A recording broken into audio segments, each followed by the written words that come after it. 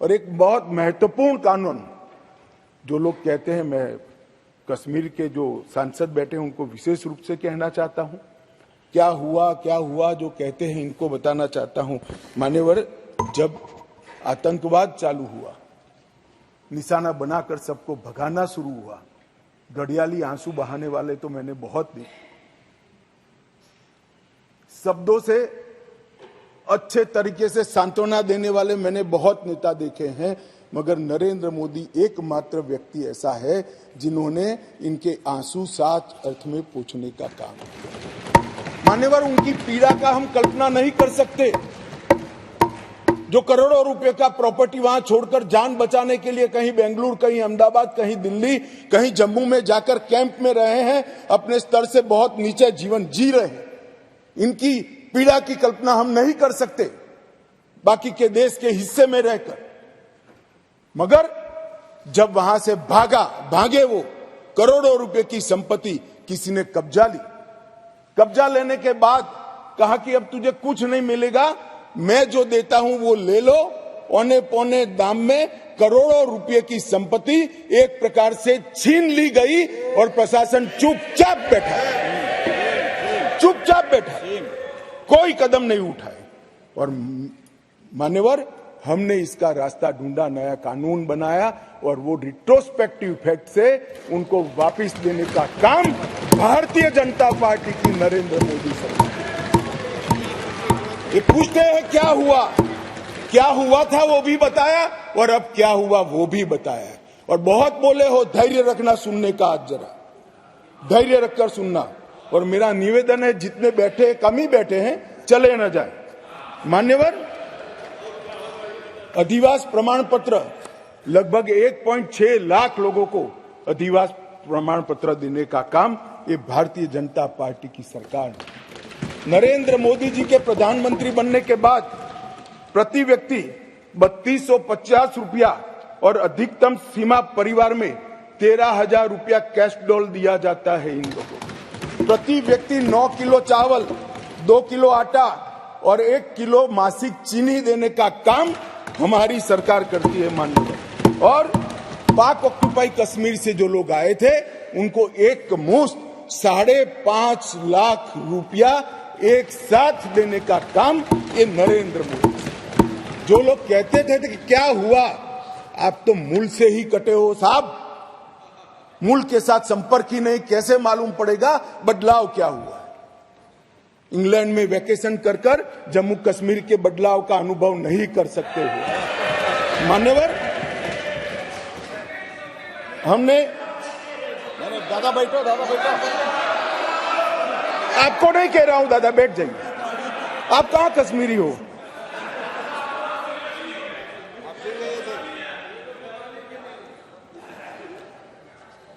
मान्यवर, एक backward class commission बनाया गया, बहुत सहभागिता का अप्रोच बैकवर्ड क्लास कमीशन ने लिया।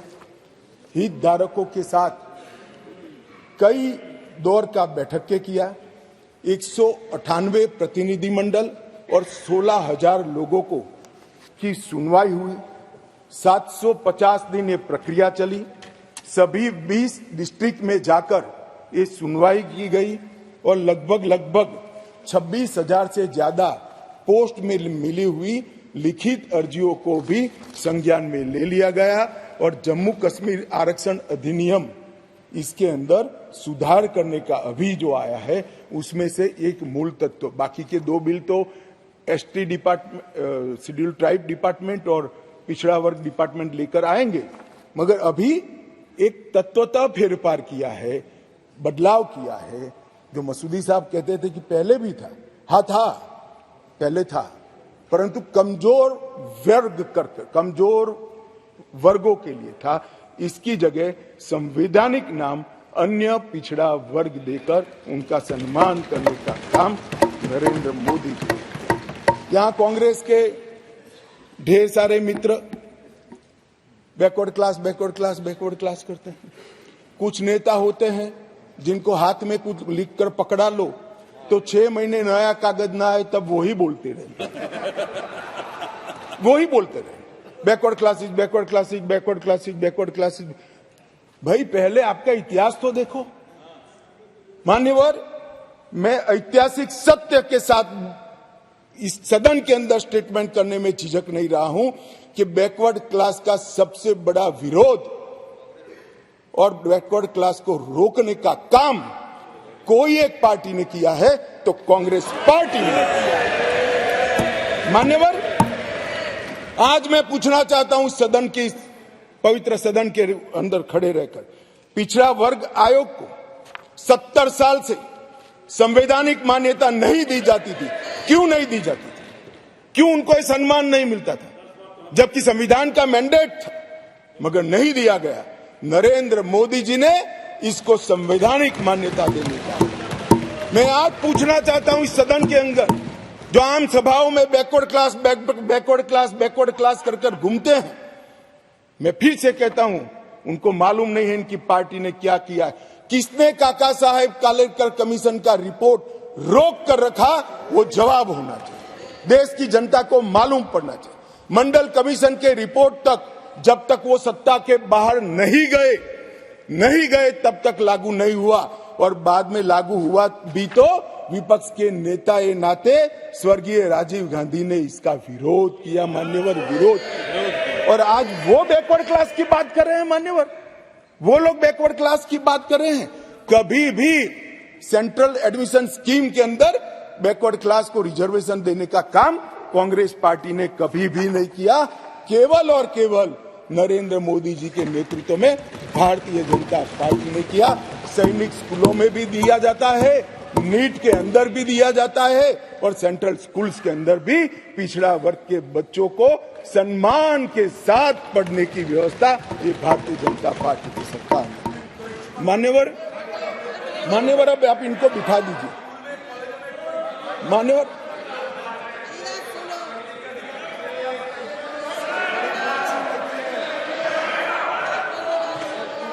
मान्यवर, अब तक डिप्राइव लोगों की बात करते हैं। अब तक ईडब्ल्यूएस, इकोनॉमी का रूप से पिछड़े लोगों को आरक्षण देने की बात कभी नहीं सोची गई।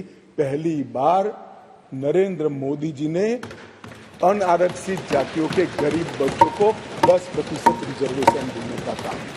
और मान्यवर, आज ये नामकरण में भिन्नता से क्या होता है इनको मालूम नहीं है। इनको मालूम नहीं है। मानो मेरी माँ का नाम कुसुम है, मैं उसको कुसुम बोलता हूँ और माँ कहता हूँ। दोनों को बीच में कितना अंतर है वो माँ को ही मालूम पड़ता है और किसी को मालूम नहीं। नाम तो वही है, व्यक्ति वही है, मगर किस भाव से बुलाया जाता है। जब बच्चा माँ कहकर बुलाता है तो जो प्यार और स्नेह और वात्सल्य आता है वो माँ से ही आता है, नाम से नहीं आता है। मान्यवर, ये नहीं समझ पाएंगे। ये भाषा का सुधार नहीं है, एक कंसेप्ट का सुझाव है, नजरिए का सुझाव है और देखने के दृष्टिकोण का सुझाव है जो नरेंद्र मोदी सरकार कर रही है।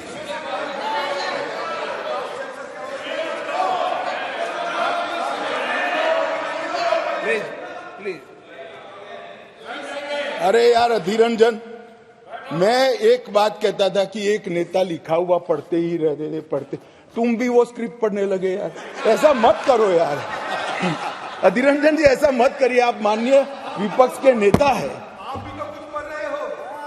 मैं जरा भी पढ़, अरे आपके बारे में नहीं बोल रहे वे, माननीय अधीर रंजन जी आपके बारे में नहीं बोल रहे। प्लीज।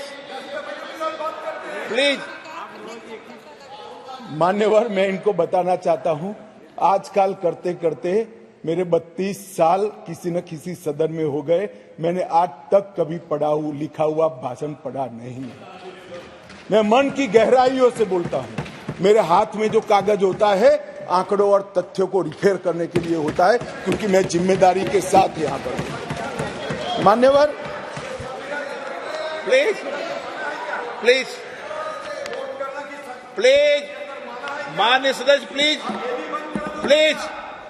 मान्यवर, ये विधेयक नरेंद्र मोदी सरकार ने, देश के प्रधानमंत्री नरेंद्र मोदी जी ने देश में लाए हुए सैकड़ों सकारात्मक और परिवर्तनकारी प्रगतिशील परिवर्तनों की कड़ी में एक और मोती जोड़ने का काम ये विधेयक करेगा और इसलिए मैं आज इस सदन के आशीर्वाद मांगने आया हूं।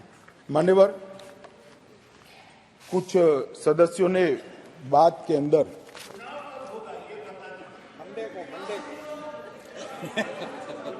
दादा धैर्य से सुनना पड़ेगा, अंत में बताऊंगा, तब तक आप टोके बगैर बैठे। मान्यवर, कुछ कानूनी और संवैधानिक मुद्दे खड़े कर पहले एक मॉरल बात लाए कि भाई जिस कानून के अंदर आप अमेंडमेंट लेकर आए हो वो कानून ही कोर्ट के सामने चैलेंज में है।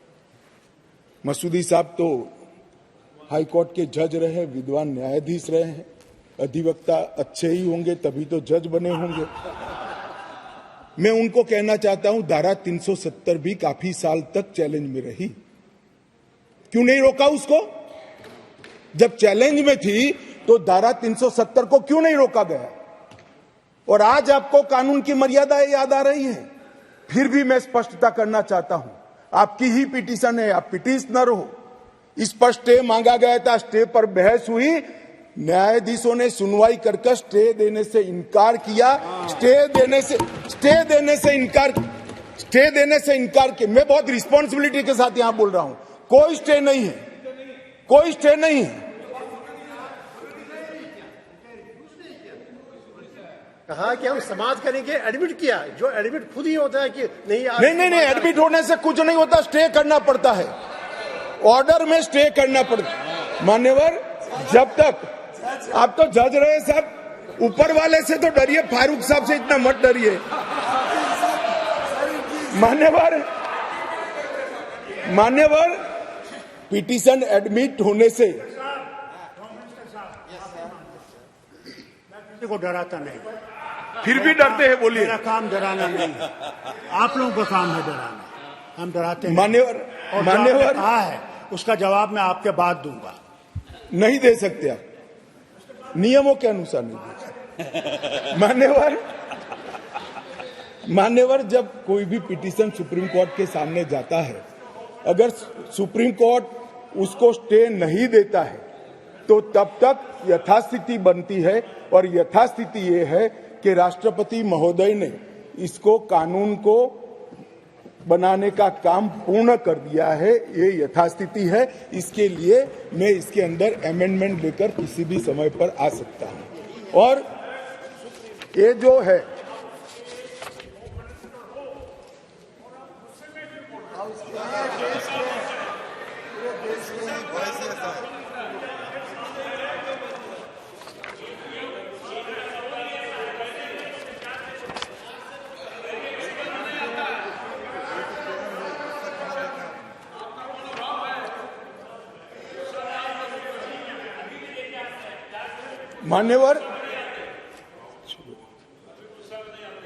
मान्यवर, उसके बाद कहा गया मनीष तिवारी जी के द्वारा कि अनुच्छेद 3 में कहीं पर भी यूटी का प्रावधान नहीं है। अब मैं मान्यवर, कोई कंफ्यूजन नहीं रहना चाहिए, बहुत बड़ी बात माननीय सदस्य ने करी है। मैं अनुच्छेद 3 इस सदन में पढ़ना चाहता हूं। नए राज्यों का निर्माण और वर्तमान राज्यों के क्षेत्रों, सीमाओं या नामों में परिवर्तन, ये अनुच्छेद का मूल चीज है। इसके अंदर आगे किसी राज्य में उसका राज्य क्षेत्र अलग करने अथवा 2 या अधिक राज्यों को या राज्यों के भागों को मिलाकर अथवा किसी राज्य क्षेत्र को किसी राज्य के भाग के साथ मिलाकर नए राज्य का निर्माण देश की संसद कर पाएगी। अब इन्होंने कहा यूटी नहीं है, यूटी का इसमें प्रोविजन नहीं है, मगर शायद उन्होंने पूरा पढ़ा नहीं या जानबूझकर आगे उन्होंने सदन को बताया नहीं। इसी के नीचे आर्टिकल 3 के नीचे ही स्पष्टीकरण किया है। इस अनुच्छेद के खंड क से ड में, जिसमें सारी चीजें आता है, राज्य के अंतर्गत संघ राज्य क्षेत्र समाहित है। तो वहां पर राज्य मीन्स संघ राज्य क्षेत्र अपने आप हो जाता है। तो ये इनको मैं मनीष जी को थोड़ा स्पष्टता करना चाहता हूं कि इतना बड़ा गैरकानूनी काम कम से कम नरेंद्र मोदी सरकार नहीं कर सकती। ये कोई इंदिरा गांधी की सरकार नहीं है जो इस प्रकार के कानून लेकर आए। भाई अभी बहस नहीं हो सकती, बाद में मैं आपको सवाल, मैं बाद में आपको मौका दूंगा क्वेश्चन पूछने का, अभी बैठ जाइए। मैं बाद में आपको,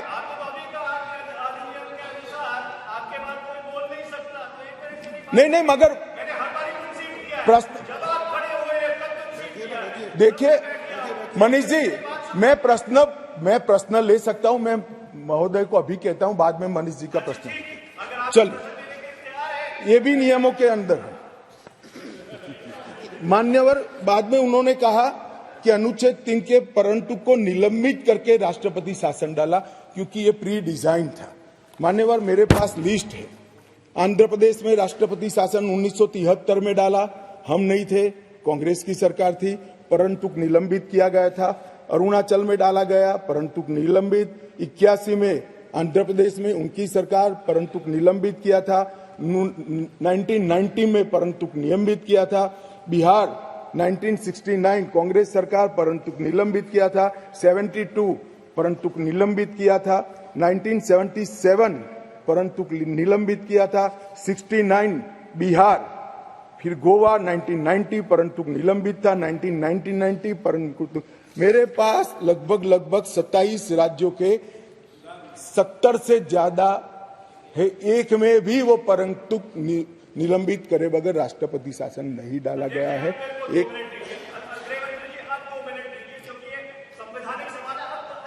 एक मिनट मानिए, ऐसे टाइम तो मैं दूंगा ना, प्लीज।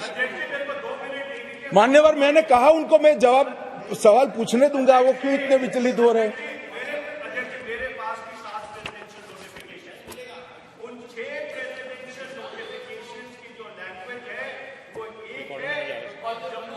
के प्रेसिडेंशियल नोटिफिकेशन की लैंग्वेज अलग है। मैं आपको अभी डेमोन्स्ट्रेट कर सकता हूं, मैं अभी बढ़ के सुनाता हूं, मैं अभी बढ़ के सुनाता हूं। इस पर बहस ही नहीं है, लैंग्वेज क्या है? इस बहस इस पर है कि अनुच्छेद 3 के परंतु को, जिसमें असेंबली का पावर यहां पर आता है, उसको निलंबित किया गया है या नहीं किया? एक लिमिटेड क्वेश्चन पर हम है, कहां है बात ही खड़ी होती है? मंत्री जी, नो। माननीय अध्यक्ष जी, मुझे संरक्षण दीजिए, ऐसे नहीं हो सकता बिल का जवाब। नो, माननीय गृह मंत्री जी, आपका रिकॉर्ड भी नहीं जा रहा है, इसलिए माननीय गृह मंत्री जी। मान्यवर, आप प्लीज मुझे व्यवस्था दीजिए, ऐसे बिल का जवाब नहीं दिया जा सकता, ऐसे महत्वपूर्ण बिल का। एक मिनट। नो, माननीय, मैंने आपको कहा आपको सवाल पूछने का मौका दूंगा, प्लीज। माननीय गृह मंत्री जी।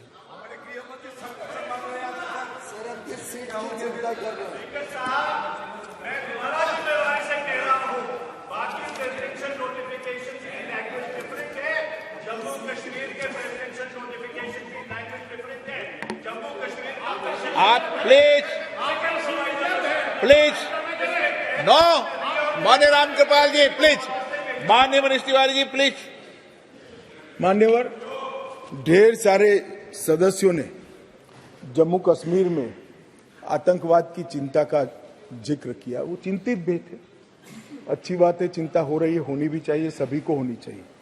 उन्होंने सीधा इसको आर्टिकल 370 को निरस्त करने से जोड़ा। उन्होंने क्या हुआ, अब भी आतंकवाद चल रहा है। उन्होंने क्या हुआ, अभी कुछ दिन पहले सेना के कुछ जवान शहीद हो गए। ऑफिसर प्लीज, ऑफिसर जवान शहीद हो गए, कुछ घटनाएं भी हुई। मान्यवर, किसी ने भी नहीं कहा था कि आर्टिकल 370 जाने के बाद कश्मीर में आतंकवाद समाप्त हो जाएगा। सुनिए ना, सुनिए, अरे भाई सुनो ना, मैंने कहा था आतंकवाद का मूल आर्टिकल 370 के कारण खड़ा हुआ अलगाववाद की भावना है। आर्टिकल 370 जाने से अलगाववाद में बहुत बड़ी कमी आने वाली है और इसके कारण आतंकवादी भावनाओं में कमी आएगी। रिकॉर्ड की बात है भाई अभिनंदन जी। अब मैं बताता हूं मान्यवर, 1994 से 2004, इसमें शासन पर मैं नहीं जा रहा, कालखंड बोल रहा हूं, कई शासन आए हैं। टोटल आतंकवाद की कुल घटनाएं 40,164 हुई। छोटी छोटी घटनाएं भी है, कुछ बड़ी भी है। 2004 से 14 मनमोहन सिंह सोनिया जी के शासन का समय आतंकवाद की घटनाएं 7,217 हुई, 7,270, और नरेंद्र मोदी सरकार में 14 से 23 तक सिर्फ 2,000 हुई। 70% की कमी आई है। और मैं थोड़ा और एक्सप्लेन करना मांगता हूं कि ये जो 2,197 आई है, इसमें से एक घटना का जिक्र है। 65% घटनाएं पुलिस की गई कार्यवाही के कारण अकर हुई है। मतलब कोई जगह पे सूचना मिलती है कि आतंकवादी छिपा है, पुलिस इस पर हमला करती है तो भी वो आतंकवादी मुठभेड़ मानी जाती है। इस प्रकार की 70% कमी आई है 2004 से 14 में, और 14 से 23 में नागरिकों के मृत्यु के अंदर 72% की कमी आई है, और सिक्योरिटी फोर्सेस के मृत्यु के अंदर 59% की कमी नरेंद्र मोदी सरकार में। इसलिए मैं कहता हूं, मैं ठीक ही कहता था, अलगाववाद की भावना का मूल, उसका उद्भव स्थान आर्टिकल 370 है, वो जाएगा। अलगाववाद की भावना भी over a period of time खत्म होगी और आतंकवाद भी खत्म। और कल पथराव की बात करते, मैंने 2 साल लिए हैं साहब। 2010 2654 पथराव की घटनाएं हुई थी 2010 में। 2023 में 0, एक भी पथराववाद की घटना। ऑर्गेनाइज हड़ताल, जो कॉल देकर पाकिस्तान से कॉल देते थे इनके आका, और कश्मीर की वैली और जम्मू बंद हो जाते थे। 132 ऑर्गेनाइज हड़तालें हुई थी 2023 में, एक भी हड़ताल नहीं, एक भी बंद नहीं। मान्यवर, पथराव में नागरिकों की मृत्यु 2010 में 112 हुई थी, 23 में क्योंकि पथरावी नहीं हुआ है, नो इंजर्ड नो डेथ।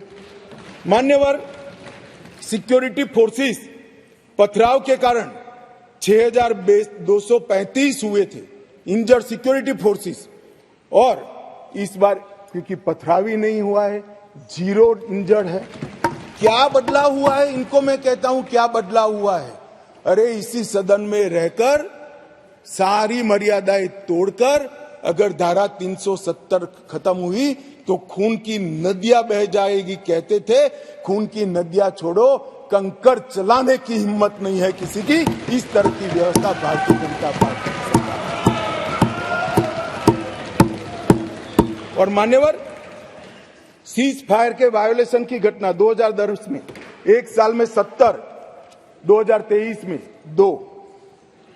घुसपैठ 2010 में 489, 2023 में सिर्फ 48। आतंकवादी मारे गए 112 मारे गए थे, कुल मिलाकर एवरेज निकाल दे तो 278 आतंकवादी मारे गए हमारे। मान्यवर, वापिस लौट गए, पहले 18 वापिस लौटे थे, अब 281 वापिस लौट गए। पाकिस्तान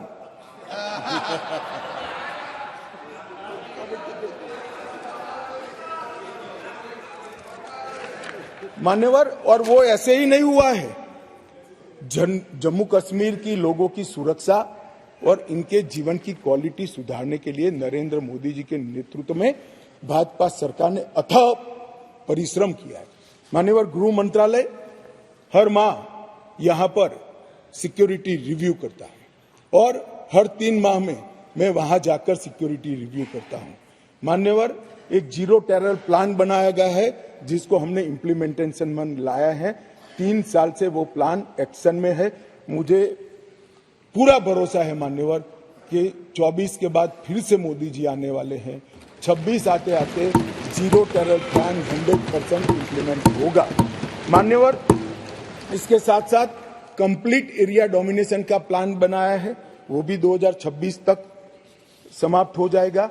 और पहले सिर्फ टेररिस्टों को मारते थे, हमने इसकी इकोसिस्टम को खत्म किया है। इसके साथ साथ टेरर फाइनेंस पर इकोसिस्टम को खत्म करने के लिए केस किए। एनआईए ने 32 केस किए, जिसमें कुछ पार्टियां बड़ा अरण्य रुदन कर रही है, हाय तौबा कर रही है। क्यों केस हो रहे हैं? क्यों इसलिए केस हो रहे हैं कि पाकिस्तान से पैसा आ रहा है, ये परमिटेड नहीं है, ये नरेंद्र मोदी सरकार है, ये नहीं चाहिए। एनआईए द्वारा 32 केस हुए, एसआईए द्वारा 51 केस हुए, 83 केस टेरर फंडिंग और फाइनेंस के हुए हैं। लगभग 229 अरेस्ट हुए हैं। 150 करोड़ की मूल्य की 57 प्रॉपर्टी को सीज कर नीलामी के लिए कोर्ट के सामने दस्तावेज रख दिए गए और 134 बैंक अकाउंट सील किए, जिसमें 122 करोड़ रुपया सीज हुआ है और 5.5 करोड़ रुपया कैश हुई है। और मान्यवर कहते थे क्या फर्क पड़ा है? अब्दुल्ला साहब बैठे थे। अब्दुल्ला साहब, आप जब मुख्यमंत्री पद छोड़े तब से लेकर मोदी जी प्रधानमंत्री बने तब तक 19 तक जम्मू कश्मीर में थिएटर नहीं चलते थे। पूरे देश को मालूम ही नहीं है, जम्मू कश्मीर में थिएटर नहीं चलते थे। धारा 370 खत्म होने के बाद 2021 में जम्मू कश्मीर में पहला थिएटर शुरू हुआ। 30 साल के बाद क्या परिवर्तन हुआ है पूछते हैं, इसलिए मैं कह रहा हूं कि यह परिवर्तन हुआ है। श्रीनगर में एक मल्टीप्लेक्स बना, पुलवामा, शोपिया, बारामूला, हंदवाड़ा 4 नए थिएटर खुले। 100 से अधिक फिल्मों की शूटिंग शुरू हो गई। जो फारूक साहब ने अंतिम देखा होगा, बाद में नहीं देखा होगा किसी ने, अब शूटिंग शुरू हो गई है। और लगभग 100 मूवी थिएटरों के लिए बैंक लोन के प्रस्ताव आज बैंक में पेंडिंग। ये मान्यवर इंडिकेटर है, थिएटर खोलने की स्थिति ही नहीं थी। क्यों बंद करने पड़े थे मुझे बताओ ना। ऐसा तो है नहीं कि जम्मू कश्मीर में कोई थिएटर पिक्चर देखना नहीं चाहता, आराम से देखे जाते थे, मगर बंद करने पड़े थे। मान्यवर, लगभग कहते थे कि क्या हुआ था कि 370 खत्म करना पड़ा।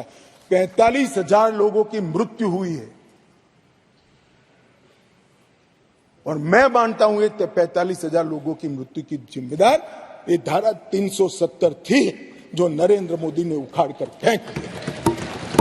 मान्यवर, ढेर सारे परिवर्तन जो पूछते हैं क्या हुआ, मैं इसका जवाब देने के लिए खड़ा हूं।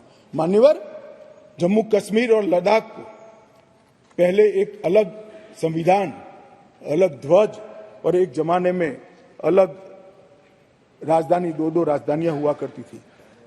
श्यामा प्रसाद मुखर्जी जी ने जिस उद्देश्य के लिए जान दी थी, कुछ सदस्यों ने इसको पॉलिटिकल नारा कहा। ये पॉलिटिकल नारा नहीं है, ये देश की इच्छा थी। इस देश में 2 संविधान न हो, 2 प्रधानमंत्री न हो और 2 झंडे न हो। देश का झंडा, देश का निशान एक ही होना चाहिए, एक ही निशान के तले पूरा देश है। और कुछ सदस्यों ने कहा हमसे वादा किया गया था। वादा किससे किया था? अंग्रेजों ने जो स्कीम बनाई थी आजादी के वक्त, कांग्रेस ने जिस स्कीम को अप्रूव किया, उसमें पूरा अधिकार महाराजा का था। देश भर में कहीं तो पब्लिक को नहीं पूछा गया। क्यों जम्मू कश्मीर में पूछना? और मैं वादे की भी बात करता हूं। चलो मान लेते हैं हमारे संविधान निर्माताओं ने वादा किया था, मगर आप आधा अधूरा पढ़ते हो, इसलिए कंफ्यूजन होता है। इसके अंदर आर्टिकल 370 के अंदर ऊपर टेम्पररी प्रोविजन लिखा गया है। टेम्पररी का मतलब क्या होता है? आजीवन अधिकार हो गया ना जी। कब का जाना चाहिए था, हिम्मत नहीं थी, नरेंद्र मोदी जी ने हिम्मत करी और धारा 370 को समाप्त। कोई वादा खिलाफी नहीं है। एक स्पिरिट जो संविधान का था कि आर्टिकल 370 टेम्पररी है, ये टेम्पररी का दिन ही नहीं आता था। मोदी जी ने 5 अगस्त को वो दिन ला दिया और टेम्पररी था वो चला गया। मान्यवर, पहली बार कश्मीरी, डोगरी, हिंदी और अंग्रेजी और उर्दू को राज्य की आधिकारिक भाषाएं बनाई। मान्यवर, राइट टू एजुकेशन एक्ट पहली बार, उसकी चर्चा होगी तब बताऊंगा, बैठ जाइए। भूमि अधिग्रहण और मुआवजे का कानून, forest right act, SC ST prevention atrocity act, whistle blower protection act, juvenile justice act और अल्पसंख्यक आयोग अधिनियम 1992 ये रोक कर रखे थे, वो अब लागू हो गए। असेंबली वहां की 6 साल की बनाकर रखी थी, अब वो भी 5 साल की हो गई और बड़े बदलाव हुए। मान्यवर, मैं आज कहना चाहता हूं, हम भी गए थे लाल चौक पर तिरंगा फहराने के लिए, रोक दिया था मोदी जी और हमारे उस वक्त के अध्यक्ष मुरली मनोहर जी गए और लाल चौक में तिरंगा फहराया था। मान्यवर, तिरंगा फहराने के लिए जद्दोजहद करनी पड़ती थी। आज हर घर तिरंगा, घाटी का एक भी घर ऐसा नहीं था जहां पर तिरंगा न फहरा। मान्यवर, ये बदलाव है। आज लाल चौक में सारे धर्म के त्योहारों को रंग चंग के साथ मनाया जाता है और सारे धर्म के लोग पार्टिसिपेट करते हैं। बंधारण, संविधान की स्पिरिट को अब नीचे उतारा गया है। ये जो पूछते हैं क्या हुआ क्या हुआ क्या हुआ, मैं उनको जवाब देना चाहता हूं। मान्यवर, मैं उनको जवाब देना चाहता हूं, जब आर्टिकल 370 गया उसके पहले GSDP 1 लाख करोड़ था, सिर्फ 1 लाख करोड़। आज 2,27,927 करोड़ GSDP, सिर्फ 5 साल में डबल। रोजगारी ढेर सारी बढ़ी। पहले 94 डिग्री कॉलेज थे मसूदी साहब, अब 147 हो गई। IIT, IIM और 2 एम्स। सबसे पहला राज्य ऐसा है जहां 2 एम्स दिए गए, वो हमारा जम्मू कश्मीर। मेडिकल कॉलेज पहले 4 थे 70 साल में, 7 नए मेडिकल कॉलेज बनाए गए, 15 नर्सिस कॉलेज बनाए गए। मेडिकल सीट 500 थी, अब नई 800 सीटें जोड़ने का काम आर्टिकल 370 जाने के बाद हुआ है। 367 PG की सीटें थी, उसमें नई 397 सीटें जोड़ने का काम नरेंद्र मोदी सरकार ने किया है। और लगभग मिड डे मील 6 लाख लोगों को मिलता था, अब 9,13,000 लोगों को मान्यवर मिड डे मील मिलता है। प्रधानमंत्री ग्राम सड़क योजना की एवरेज 158 किलोमीटर थी, अब 8,068 किलोमीटर प्रति साल हो गई। क्या हुआ है जो पूछते हैं, इनको मैं बताता हूं। मैं देता हूं जवाब।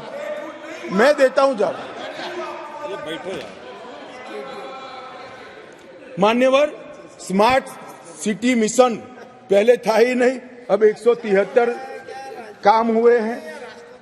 प्रधानमंत्री आवास योजना में 70 साल में 24,000 घर दिए गए थे, ये 5 साल में 1,45,000 लोगों को घर देने का काम नरेंद्र मोदी सरकार। 75 साल में 4 पीढ़ियों ने 7,82,000 लोगों को पीने का पानी पहुंचा चुके थे, अब नए 13 लाख परिवारों को पीने का पानी पहुंचाने का काम नरेंद्र मोदी सरकार ने किया। मान्यवर, शिशु मृत्यु दर 22 थी, वो कम होकर 14.30 पर लाने का काम नरेंद्र मोदी सरकार ने किया है। और लगभग 47 जन औषधि केंद्र थे, इसकी जगह 227 जन औषधि केंद्रों पर आज सस्ती दवाइयां वहां पर 5 साल में मिल गई। मान्यवर, स्पोर्ट्स में युवाओं की भागीदारी 2 लाख से बढ़कर 60 लाख तक पहुंची है, क्योंकि अब खेल हो सकते हैं। मान्यवर, पेंशन के लाभार्थी में 6 लाख से 10 लाख तक पहुंचे हैं। ये सारा परिवर्तन केवल और केवल नरेंद्र मोदी सरकार ने आर्टिकल 370 जाने के बाद किया है।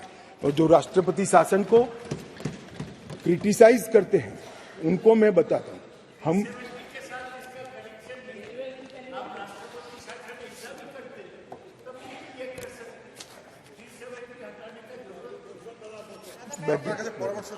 दादा, आप कई बार बंगाल में पहुंच जाते हो, यहां बैठे हुए। 370 के कारण आतंकवाद घटा है। आतंकवाद जाने के कारण, कम होने के कारण वहां अच्छा वातावरण हुआ है। इसी के कारण ये सब डेवलपमेंट हुआ है, वरना IIM न होता, ना एम्स होता, कुछ न होता। आप नहीं समझ पाओगे। जब हमारा सरकार बंगाल में आएगा, वातावरण सुधरेगा और विकास होगा, तब मालूम पड़ेगा कि क्या परिवर्तन है।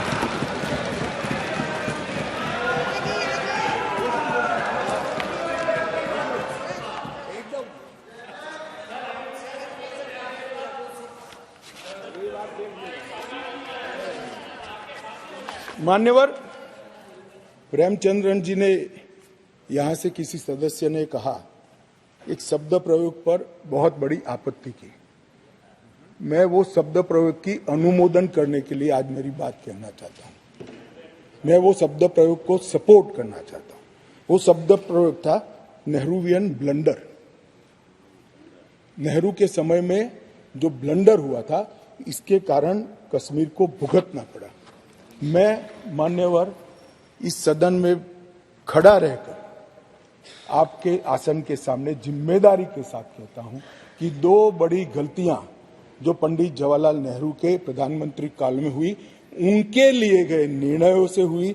इसके कारण सालों तक कश्मीर ने सहन करना पड़ा। एक सबसे बड़ी गलती, जब हमारी सेना जीत रही थी, पंजाब का एरिया आते ही सीज फायर कर दिया गया और पाक ऑक्यूपाई कश्मीर का जन्म हुआ। अगर सीज फायर 3 दिन लेट होता तो पाक ऑक्यूपाई कश्मीर आज भारत का हिस्सा।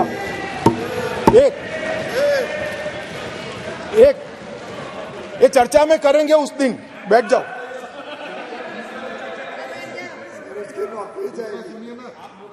चर्चा है ना पूरा दिन। मान्यवर, और दूसरा,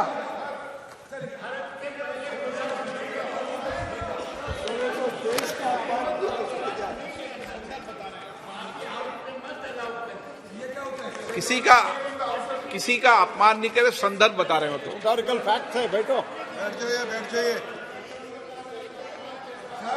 उस समय हमारी देश में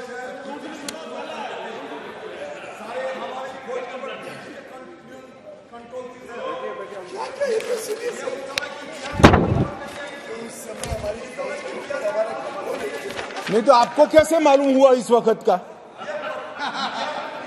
मान्यवर, अभी तो एक ही का है, दूसरा तो सुने। उसका कंट्रोल नहीं था। बैठ जाओ। मेरा जन्म नहीं हुआ था।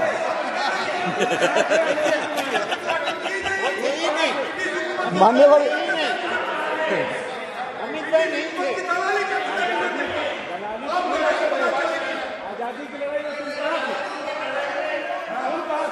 अरे तो माननीय गृह मंत्री जी ने, एक मिनट प्लीज दादा, माननीय गृह मंत्री जी ने ऑफिशियल स्टेटमेंट दे दिया था कि आजादी की लड़ाई के समय का पूरा स्टेटमेंट कोर्ट में दे दिया। अभी फिर दे देंगे। बेटा सुनो, आप बता दो साहब इनको एक बार। दूसरी गलती, दूसरा संदर्भ और कर दें आप। गलती नहीं, संदर्भ, सॉरी। मान्यवर, एक ही गलती बताने से इतना तिल मिला गया। नहीं, मैंने हटा दिया। मैं तो सिर्फ नहीं, ऐसा नहीं है। मैं सिर्फ 2 ही बताना चाहता हूं। एक, पूरा कश्मीर जीते बगैर सीज फायर कर लिया, और दूसरा, UN के अंदर हमारे मसले को ले जाने की बहुत बड़ी गलती की। मान्यवर, मैं एक कोट अनकोट पढ़ना चाहता हूं। मैंने बहुत सावधानी से आपके द्वारा उठाए गए बिंदुओं को देखा। एक पत्र का हिस्सा है। मैंने बहुत सावधानी से आपके द्वारा उठाए गए बिंदुओं को देखा है, लेकिन मुझे डर है कि मेरे विचार आपके नहीं, सॉरी, यूनाइटेड नेशन के अनुभव के बाद, मान्यवर, यूनाइटेड नेशन के अनुभव के बाद मैं इस निष्कर्ष पर पहुंचा हूं कि वहां से कुछ संतोषजनक नतीजे की उम्मीद नहीं की जा सकती। मुझे यह एक अच्छा फैसला लगा, इनटू ब्रैकेट सीज फायर। मुझे यह एक अच्छा फैसला लगा, लेकिन इस मसले को ठीक से नहीं निपटा गया। हम सीज फायर और विचार करके कुछ बेहतर मार्ग निकाल सकते थे। मुझे लगता है कि भूतकाल में हमसे द्वारा की गई गलती है। इसमें आपत्ति है? नहीं कर सकते, स्वयं जवाहरलाल नेहरू ने कहा है। अब मुझे क्या कह रहे हो? नेहरू ने स्वयं कहा है। मैं रेफरेंस भी दे देता हूं। Nehru memorial museum and library, Jawaharlal Nehru collection, JNSG 143 के अंदर स्वयं जवाहरलाल नेहरू का शेख अब्दुल्ला जी को लिखा हुआ पत्र के मेरी गलती थी। मैं साहब किसी को कोट नहीं कर रहा।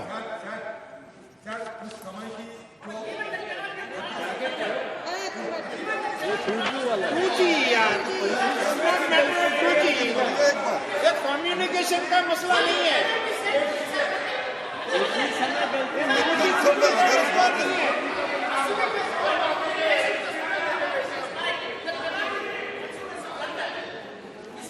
मान्यवर बोल रहे उसको बड़ा कांड हो गया, देश की भूमि पे मुझे को लगता है सिर्फ मिस्टेक। मान्यवर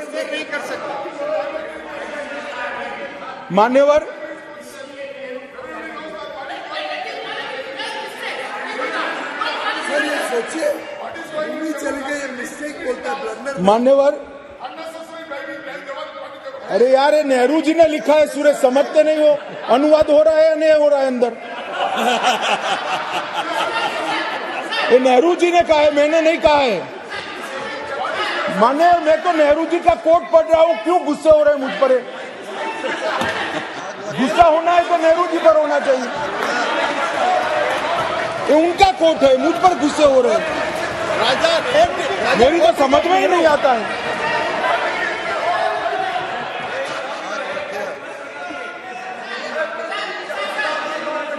मान्यवर, एक खामखा मुझ पर गुस्से हो रहे हैं। मैंने जो पढ़ा है वो नेहरू जी ने स्वयं शेख अब्दुल्ला जी को लिखा हुआ है, और गुस्से होना है तो जवाहरलाल नेहरू जी पर उनको होना चाहिए।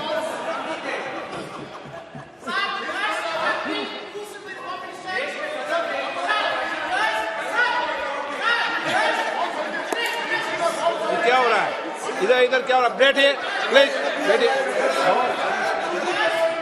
प्लीज, आप भी बैठिए। माननीय गृह मंत्री जी, एक सप्ताह झगड़ा निपट ले, कि राजा बोलेगा या गोगोई बोलेगा, कौन सा जी बोलेगा वो निपट ले, फिर उनको अनुमति देना।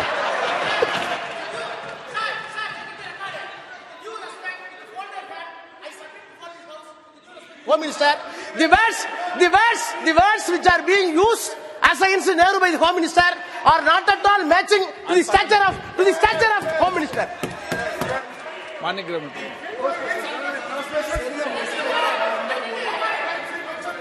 ओके,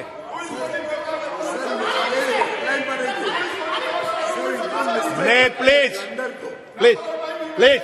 बैठे, प्लीज। पीछे के सीनियर मेंबर कह रहे हैं आपको, प्लीज बैठ जाइए।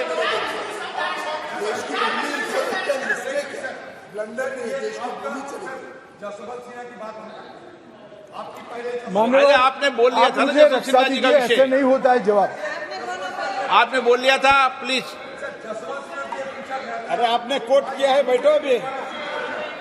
माननीय गृह मंत्री जी, आपका रिकॉर्ड में जा रहा, बाकी रिकॉर्ड में जा रहा। मान्यवर, उस वक्त जब यूएन में मामला भेजना था, तब भी निर्णय बहुत आनन फानन में लिया गया। मामले को संयुक्त राष्ट्र चार्टर के अनुच्छेद 35 की जगह 51 के तहत ले जाना चाहिए था। मेरा तो मत है ले जाना ही नहीं चाहिए, मगर ले जाना था तो 51 के तहत ले जाना चाहिए था। इसकी जगह 35 पर ले गए। वो भी कई लोगों ने रिकॉर्ड पर सलाह देने के बावजूद भी निर्णय कर दिया गया कि अनुच्छेद 35 के तहत ले जाएंगे। और कुछ लोगों को मेरी भाषा, मैं क्या कर सकता हूं? मैं तो इस देश की भाषा बोलता हूं। मतलब इस देश की भाषा तमिल भी है, हिंदी भी है, बंगाली भी है, मराठी भी है, तेलुगु भी है, कन्नड़ भी है, तो गुजराती भी कोई बोल सकता है। आप तमिल में भी बोल सकते हो, मगर मैं हिंदी में बोलता हूं। आप अनुवाद ध्यान से सुनते नहीं हो। मैंने जो कुछ पढ़ा वो जवाहरलाल नेहरू जी ने लिखा है, और नेहरू जी ने उसको थोड़ा कम कर कर किया है कि ये मेरी मिस्टेक थी। मिस्टेक नहीं थी, ब्लंडर था। इस देश की इतनी जमीन चली गई, इस देश की इतनी भूमि चली गई, वो ब्लंडर था, ऐतिहासिक ब्लंडर था।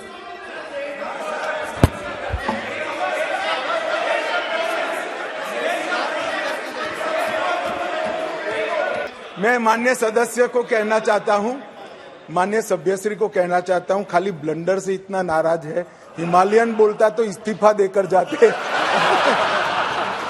आजाओ बैठो। मान्यवर, मुझे अभी एक हमारी ट्रेजरी बेंच में बैठे हुए सदस्य ने कहा, मेरे साथी मंत्री ने कहा कि अमित भाई उन्होंने सुबह बताया था आपको कि चले जाएंगे, आप पहले से कहते थे।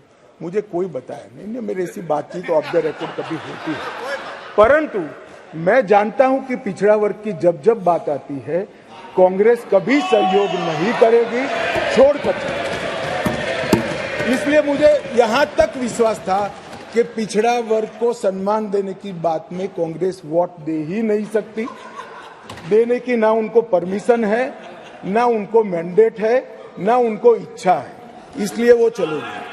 माननीय प्रधानमंत्री जी ने 2014 में 80,000 करोड़ की लागत से 63 परियोजना, जो अब तक 70 साल तक कश्मीर को इग्नोर किया गया, और समग्रता से कश्मीर के विकास के लिए बिजली, इंफ्रास्ट्रक्चर के प्रोजेक्ट, इरिगेशन, एजुकेशन, मेडिकल सुविधाएं, ये सभी चीजों को समाहित करती हुई 63 परियोजना 80,000 करोड़ की लागत से बनाई।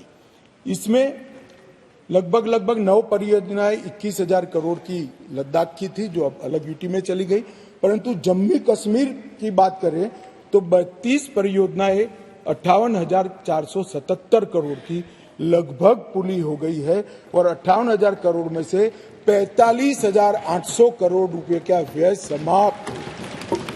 ये मैं बताता हूं, ये कह रहे कि क्या हुआ है इसके लिए।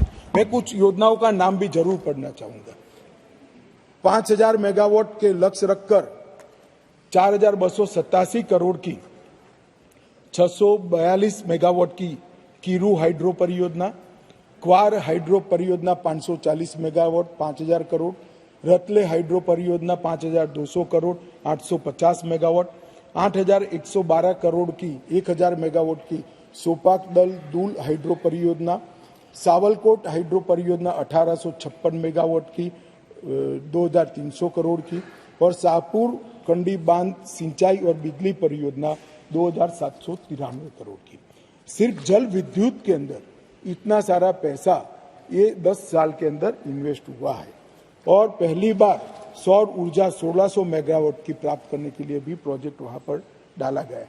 38 ग्रिड स्टेशनों का निर्माण हुआ, 467 किलोमीटर नई ट्रांसमिशन की लाइनें बिछाई गई, 266 उप स्टेशनों को बनाया गया, और 11,000 सर्किट किलोमीटर की एचटी और लोड एलटी लाइनों को बिछाने का काम नरेंद्र मोदी सरकार ने किया है। सिंचाई का जहां तक सवाल है, 62 करोड़ की रावी नहर योजना पूरी कर ली गई, 45 करोड़ का टसर चलन 3 त्राल सिंचाई योजना का पूरा किया गया। झेलम और सहायक नदियों के बाढ़ प्रबंधन के लिए 399 करोड़ के तीसरे चरण का काम पूरा हो गया। 1632 करोड़ का दूसरे चरण का काम चल रहा है, और चरण 1 का काम पूरा होकर 31,800 क्यूसेक से बढ़कर 41,000 क्यूसेक की परिवहन की क्षमता आज परिवहन कर रही है। शाहपुर कंडी बांध परियोजना भी पूरी हो गई है। जम्मू प्रांत की प्रमुख नहरों से 3 पीढ़ियों से गाद नहीं निकाली गई थी। 59 दिन में ही राष्ट्रपति शासन लगने के बाद गाद निकालने का काम 70 साल के बाद पूरा हुआ है। रेल नेटवर्क का विस्तार हुआ है।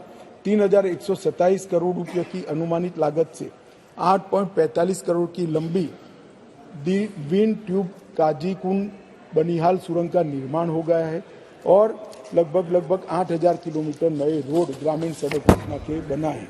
जम्मू कश्मीर के 10 शिल्प को जीआई टैग मिला।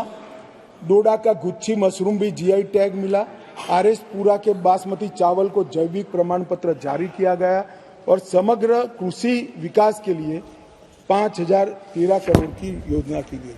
पूरे देश में सिर्फ गरीब व्यक्तियों को 5 लाख तक का स्वास्थ्य का पूरा खर्चा सरकार उठाती है साहब, पूरे देश में सिर्फ गरीबों का उठाती है। जम्मू कश्मीर में सभी व्यक्तियों का 5 लाख तक का पूरा खर्चा आज सरकार उठाती है। हमने बहुत रुजुता के साथ, बहुत संवेदनशीलता के साथ जम्मू कश्मीर को संभालने का कहा है। जो लोग कह रहे थे क्या हुआ, भारतीय जनता पार्टी का शासन आने के बाद अंतिम पर्यटक 14 लाख थे, अब 2022-23 में 2 करोड़ पर्यटकों ने जम्मू कश्मीर का, और जून 23 तक 1 करोड़ समाप्त हो गया है। मुझे विश्वास है कि 2 करोड़ का भाजपा सरकार, नरेंद्र मोदी सरकार का रिकॉर्ड नरेंद्र मोदी सरकार ही समाप्त हो। इस दिसंबर में रिकॉर्ड टूटा। जम्मू कश्मीर जो एक ऐसा गंतव्य स्थान बना है जिसका वातावरण प्राकृतिक हो, मानांक वैश्विक हो, दृष्टिकोण आधुनिक हो, आतिथ्य पारंपरिक हो और अनुभव में मनोरंजन और रोमांच दोनों हो, इस प्रकार का एक पर्यटक स्थल आज बना है। होम स्टे की नीति बनी है, फिल्म की नीति बनी है, हाउस बोट के लिए भी एक पॉलिसी बनाने का काम कर रहा है। जम्मू रोपवे परियोजना 75 करोड़ खर्च कर पूरा कर ली गई है और इंडस्ट्रियल पॉलिसी भी पूरी कर ली गई है। और मैंने फिर से, आप फारूक साहब आए इसलिए फिर से कहना चाहता हूं कि पूरे देश भर में गरीबों को ही 5 लाख रुपया का स्वास्थ्य का पूरा खर्चा नरेंद्र मोदी सरकार उठाती है। जम्मू कश्मीर में सभी लोगों का 5 लाख है।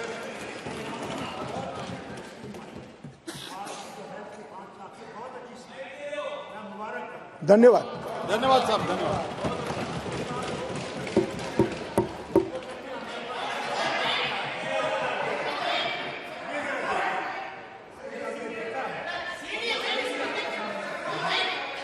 अरे राजा, एक टेली कम्युनिकेशन का नहीं है यार, कश्मीर का है, काहे को खड़े हो जाते हैं?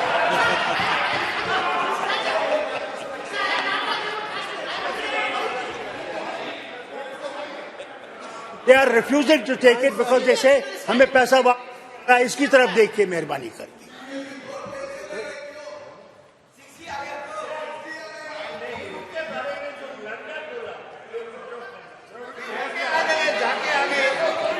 मान्यवर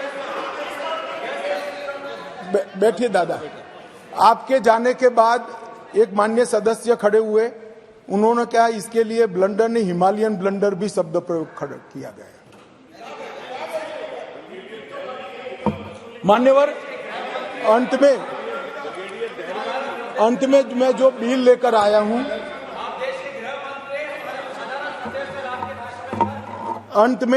मैं जो बिल लेकर आया हूं वो सालों से जो वंचित थे, अधिकारों से वंचित थे, अपना देश, अपना प्रदेश, अपना घर, अपनी भूमि, अपनी जायदाद छोड़कर अपने ही देश में निराश्रित हो गए, ऐसे लोगों को अधिकार लेने का बिल है।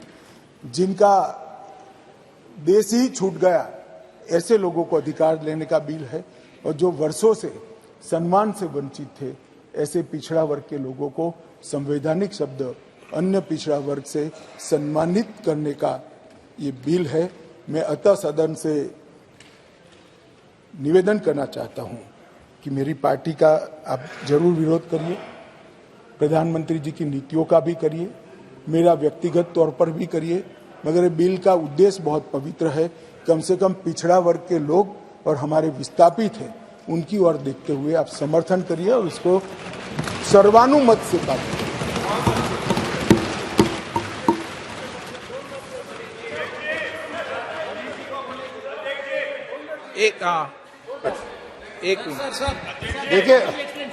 देखिए ऑनरेबल होम मिनिस्टर ने जो यहाँ बिल किया, मैं पहले गुजारिश करूंगा जरा उसमें देखिए जो माइग्रेंट है उसकी डेफिनेशन क्या आपने दी है। आप देखिए बिल पर, आप just have a look on the bill. जो कश्मीरी माइग्रेंट है उसका डेफिनेशन आपने खुद दिया है, एक्सप्लेनेशन में क्या डेफिनेशन है, प्लीज आप have a look on the bill. बात यह है, आप देखिए डेफिनेशन क्या है।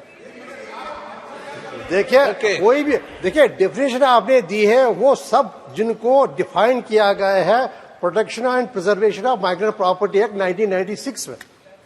देखिए आपने अपनी में उसका जो डेफिनेशन दी है, क्या डेफिनेशन, और वो एक्ट किसने बनाया? जब आप ये सारे इल्जामात पर इल्जामात दे रहे, नहीं ये से क्या होता है? ये तो विस्थापित भी, मैं तो यही कह रहा हूं, विस्थापित भी आपने ही किया है। क्या आप क्या बोल रहे थे? जनाब आपने कहा कि आपको सुप्रीम कोर्ट से नहीं थी मिला स्टेट, आपने सही कहा, लेकिन क्या सुप्रीम कोर्ट ने डिक्लाइन किया? बल्कि ये ऑब्जर्व किया कि हम पावरलेस नहीं है कि हम अनडू करें अगर ये कोई कदम उठाएंगे इम्प्लीमेंटेशन के लिए। तीसरी बात, ये सुप्रीम कोर्ट ने ये नहीं कहा कि डिक्लाइन किया। अब 2 मिनट कीजिए ना, आपने डिक्लाइन नहीं किया, रिफ्यूज नहीं किया। दूसरी बात, तो जनाब आपने कहा टेम्पररी की बात, मनीष तिवारी जी, नो सबको नहीं। For more of such videos, do like, share and subscribe to ET Now Swadesh.